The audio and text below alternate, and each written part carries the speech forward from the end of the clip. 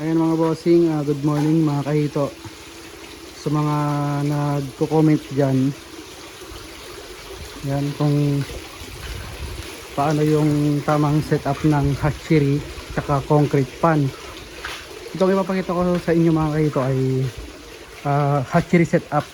Pero bago ko pa kayo iikot sa sa hatchery na yan, papakainin muna natin itong alaga natin dito sa concrete na hinarvest kahapon, January 23.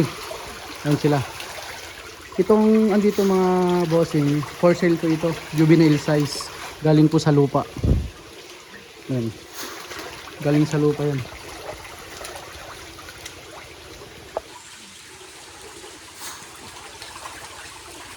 Ayan sila. May kukuha dito 700 pieces. Nasa lang to, around 1,000 pieces. Yan, ito yung feeds na ginagawa natin. Free starter. Ay, starter tako sana. Tapos ito naman yung yung mga breeder pa natin na ginagamit sa pagpapisa.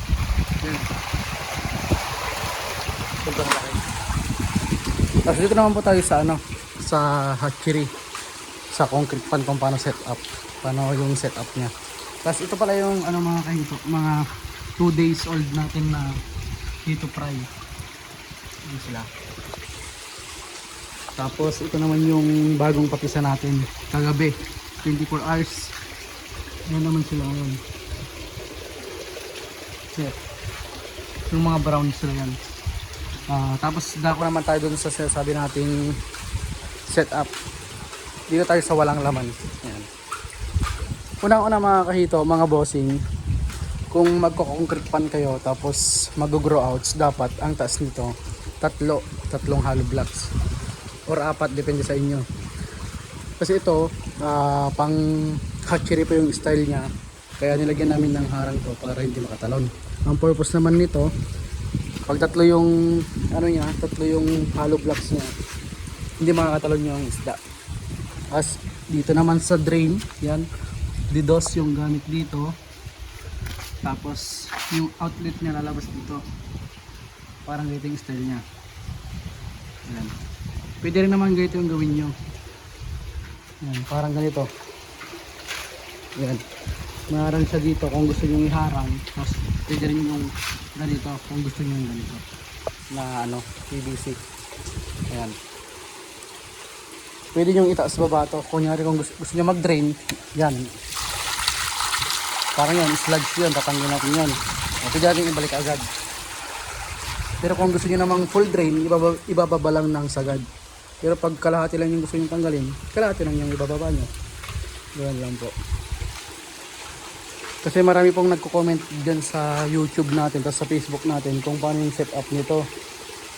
Di kasi maipaliwanag kung anong setup yung kailangan nila, or pang hatchery ba o pang grow outs. Kasi iba-iba po yung pag sa hatchery po kasi mababa lang. Pero pag sa grow outs mga bossing, ayan, syempre kailangan po natin ng mataas para hindi makatalon. Kaya nilagyan namin ng harang yung andon kasi nakakatalon sila lalo pag gabi. Kasi ang hito po nocturnal. Yung tawagin, active po sila sa gabi, magalaw po sila.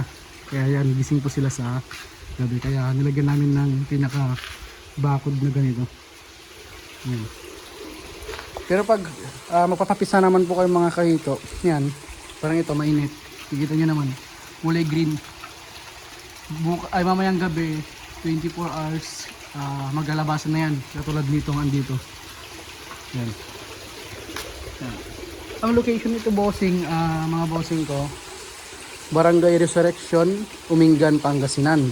Malapit po tayo sa elementary school. Yan. Ang available po sa atin ngayon, may breeder po tayo. Meron tayong grow outs, undersize, juvenile, tapos hito fingerlings, yung mga dyan. Yan. Lahat-lahat yan. Fish pan lahat yan. Hanggang sa taas fish pan din yan. Kaya sa mga gusto pong umorder, direct PM lang po kayo sa Facebook ko mga bossing, yung Froy Luna. Or kontakin nyo ako sa number ko na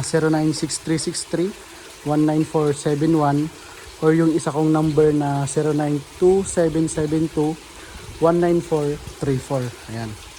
So alam mo mga bossing, salamat sa panood ng video nito. Kung may natutunan man kayo or ano po, nakuhang knowledge kahit paano, comment lang po kayo dito or mag-comment lang kayo kung anong gusto nyong malaman para po makapag video pa tayo.